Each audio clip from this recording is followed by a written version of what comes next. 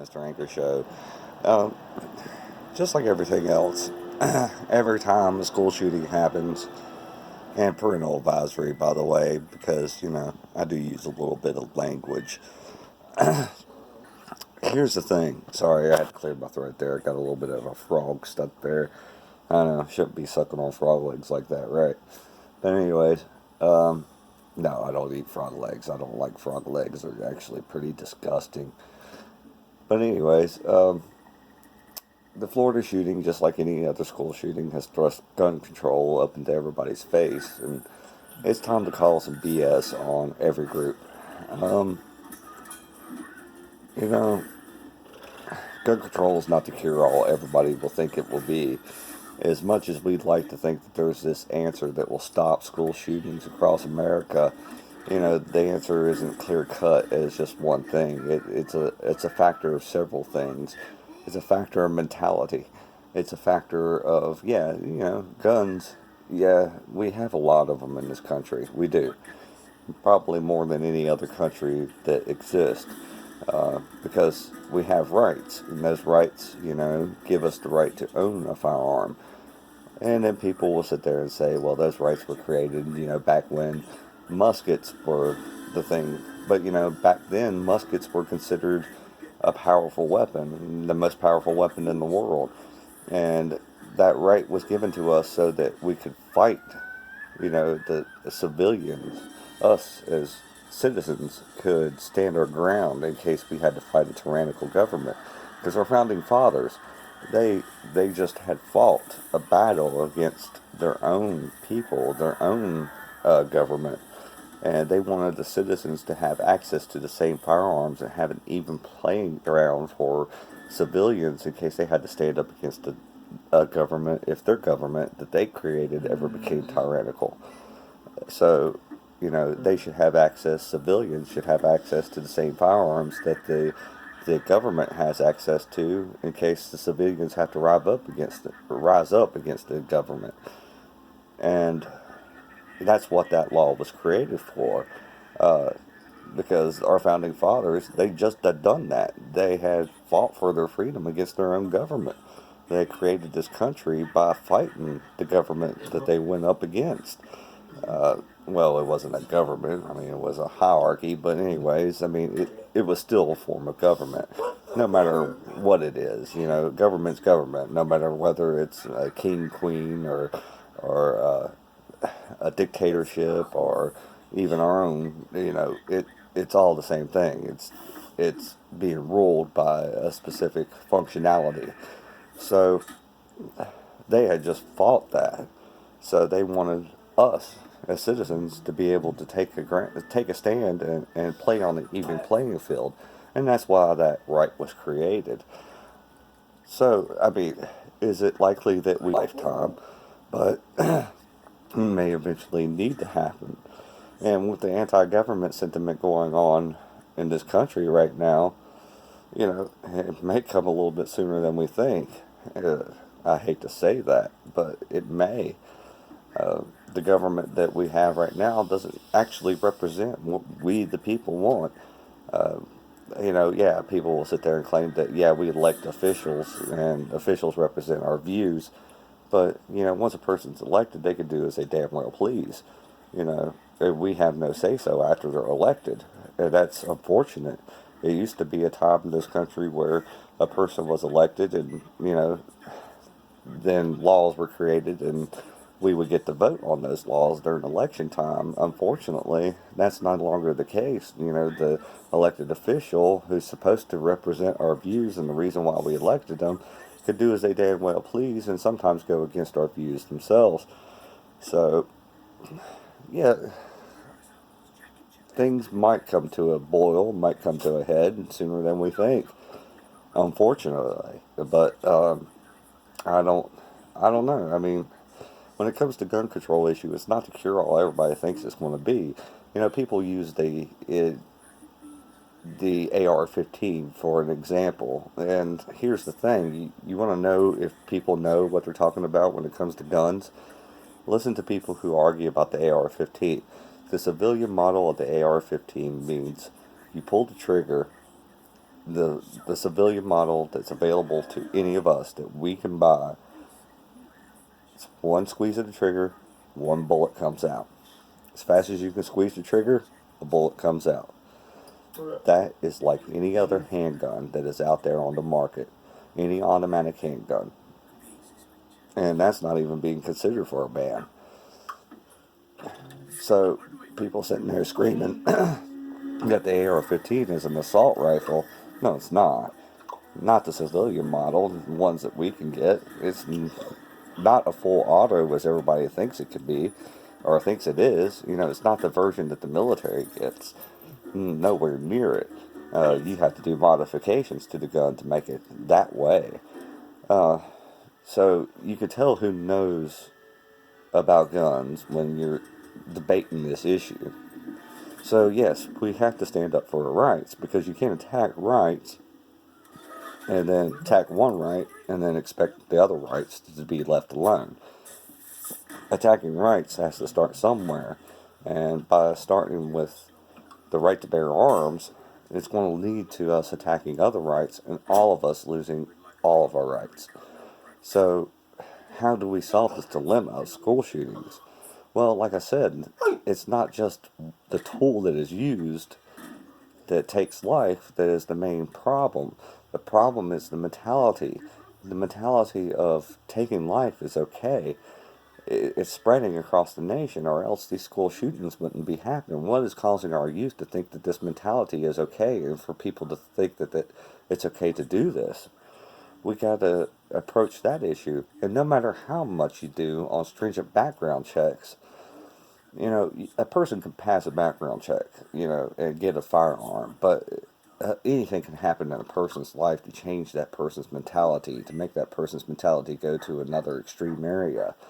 You know, you see news stories all the time where a person kills his own family or kills somebody next door, and people are standing there shaking their head. Neighbors are like, okay, he was a nice guy, or she was a nice person. I would never expect them to do that. You always see that. And they passed the background check with flying colors. But things can happen in a person's life to make them just go off the deep end and become opposite of what they usually are. You know, once a person passes that background check and once they have that firearm, what's to stop them from becoming, you know, their own worst enemy? Uh, you know, so background checks, yeah, they are in play. You know, when I was able to own firearms, I had to go through background checks to get my firearms, and, you know, I passed them with flying colors, and, you know, I've never done anything illegal with a firearm. I just enjoy collecting them. I've always enjoyed collecting them. I've had quite a few firearms in my lifetime. I've collected, you know, like old World War II firearms, World War One firearms, firearms from Vietnam. Uh, you know, I just enjoy collecting history, and it's a part of history. Pieces of history that have been used in battle, and I just enjoyed having them. Not, and they were guns that you can't shoot, because if you shoot, it devalues the gun that you have. But there's a lot of dangerous things, though, about guns that shouldn't be available to the public, I think. You know, I like to call the NRA out on this particular issue, is that, you know, why have subsonic bullets? You know, if you don't know what subsonic bullets are, they're bullets designed to get rid of sound. So when you pull the trigger, it sounds like an air compressor going off, pretty much. You ever heard an air compressor go? It's like pss, pss, pss, pss. Well, that's what it sounds like. Why does the public need subsonic bullets? You know, that's something that the public does not need, but it's available for firearms that are not even considered for banning. And I think that that's just wrong. I mean, it's available for the 22. I think they're even available for the 357. Um, if you don't know what a 357 is, the 357 Magnum, that's a pretty little powerful handgun. Um, Depending on which version. I like the 6-shooter better, but that's just personal preference. But anyways, the subsonic bullets, I mean, that, you know, luckily and fortunately, nobody's figured out those things yet, because you could be in the middle of a crowded room pulling the trigger and nobody would know anything's going on until it's too late. I don't think those bullets should exist out in the public. I just don't think so. Yeah, they're neat, they're fascinating. I've owned a few, just to try them out and see what they're like. And I've used them, to target practice, and just like I said, to see what all the hype was about. And it's scary because when I pulled the trigger, you couldn't hear anything. It just sounded like an air compressor going off. And the whole time I was sitting there pulling the trigger, I was like, gosh, somebody wanted to do a lot of damage in a big group or a big crowd. All they had to do is get a hold of that, because nobody would realize what's happening until it's too late. Oh, what? I hear like somebody just going pss, pss, pss, pss. And next thing you know it, you got somebody with a gun in the back. It's horrendous that these things exist. That's like when, oh gosh, can't remember the specific name of them, but they're armor-piercing bullets. They came out, and it was made to the general public. We don't need those. Yeah, armor-piercing bullets in case you have to go up against a tyrannical government. Yeah, the government has bulletproof armor and stuff like that, but still, at the same time, we're in a time of peace. Why is that available to the general public? Armor-piercing bullets are they called them cop killers back in the day, because they go through bulletproof vest, and no, I had a few rounds of those when they came out because I was curious. I wanted to see what they were about. But that shouldn't be available to the general public either. Guns that do 1,000 rounds per second, like the minigun, shouldn't be made to the general public either. I do get that, assault rifles do exist. Yeah, gun owners, would like to have the best of the best and the cream of the crop. Fortunately, I was able to get a grandfather clause before they banned the assault rifles, and I got an SKS. It's an old World War II Russian SKS, that, you know, before the law was put into place. That when they made the law, they said if you had these type of firearms before the law was put into effect, you could keep them. So I got to keep it. But it's not fireworthy. I've never fired it. I keep it clean. It stays in the case. It's worth more by not shooting it. But, I would love to fire it just to see what it's like. But then again, at the same time, I mean, I really don't need something that's spray and pray. Spray and pray firearms are not something I really get into. I'm more of a person who shoots for accuracy. That's what I shoot for, to see how accurate I can be.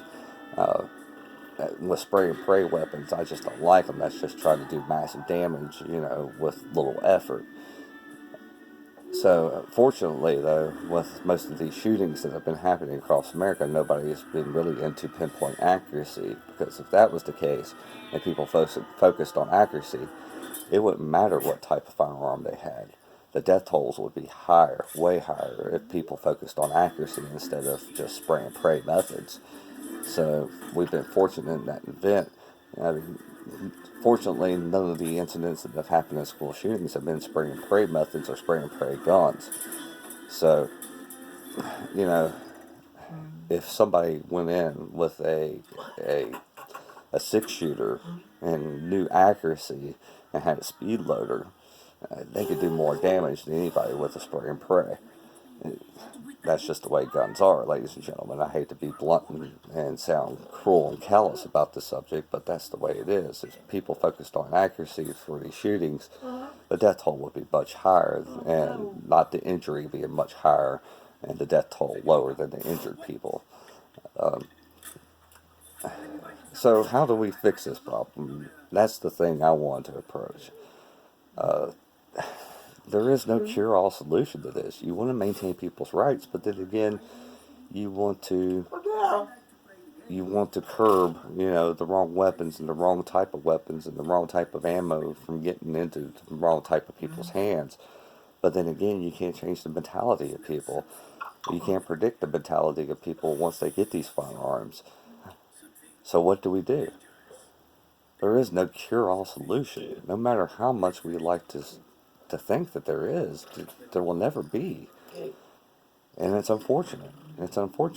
But first we got to tackle this mentality that of thinking that it's like a challenge to see who can up one another on the school shootings.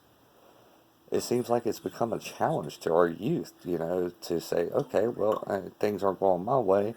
I got rejected as a youth, so I want to go in and I want to shoot up the school and prove that I could do it better than Cho from Virginia Tech, or this person from here, or this person from Sandy Hook, or this person.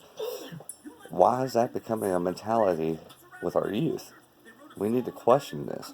Why aren't parents talking to their children, and why are parents letting their children have access to firearms? I feel that if you have a firearm and you have children, I think the police should be able to come by your house at any point and make sure that you're securing those firearms. As a person who's a responsible gun owner, you should be willing to have somebody stop by and say, "Hey, is your firearm secure?" And to look and say, "Okay, well, your firearms are secure." And if for any Tom, Dick, or Harry to come by and pick up, including your own children, then they should be confiscated. You know, Once you own a firearm, that is your responsibility. That responsibility lies on the person that owns that firearm. So, I don't know, maybe there should be maybe mental evaluations for people who own firearms every so often to make sure that their mentality has stayed the same since they passed that background check. I mean, there's no simple cure all. I mean, even that's going to offend people, being like, why should I go and have my mental state evaluated because I own a firearm? It's my right to own a gun. Da, da, da, da, da. Well, it's your right to own a gun, yes. And but then again, at the same time, we need to make sure that you're safe to own that firearm. Maybe we should have an evaluation every so often to make sure that your mentality hasn't changed to cause violence against other people with that firearm. We shouldn't take away people's rights, though, to own those firearms. But then again, we shouldn't make available certain parts of firearms, such as, cop killers and subsonic bullets to the public, because that's a little bit too dangerous for all of us to have. We have no purpose for that right at the moment. I mean, we don't. I don't know. There's got to be some middle ground somewhere. I mean, background checks are in effect for people who do get firearms, but then again, at the same time, we got to do something about the mentality of those that own firearms. So, how do we do that? How do we create this solution that will not take away rights from citizens, and then and maintain the rights for people to own firearms, but then keep the public safe? It's a complicated issue, ladies and gentlemen. If you think you have the answers, well, then answer in the comment section below. Tell me, because I don't see no cure-all solution to this. And putting armed people at school, I mean, yeah, we do have veterans that are out of jobs and out of work, living underneath bridges. Give them an honorable job guarding our kids, guarding our future. Maybe that's a solution. But then again, at the same time, providing firearms on a property where shootings have become a commonplace is just making access to a firearm much easier, because a person who really wants to kill will do so no matter what. And that's just giving a person an excuse to kill that person that has that firearm to gain access to that firearm to do what they want to do. So there's pros and cons to all these solutions that everybody's been claiming to have. There's cons to gun control, there's pros to gun control, there's cons to having armed people and armed teachers at the schools. There's pros too. There is no cure-all solution. I hate to break it to people. That's just the truth. I'm Mr. Anger. I've ranted and raved enough about this. So y'all just debate in the comment section below and tell me what you think.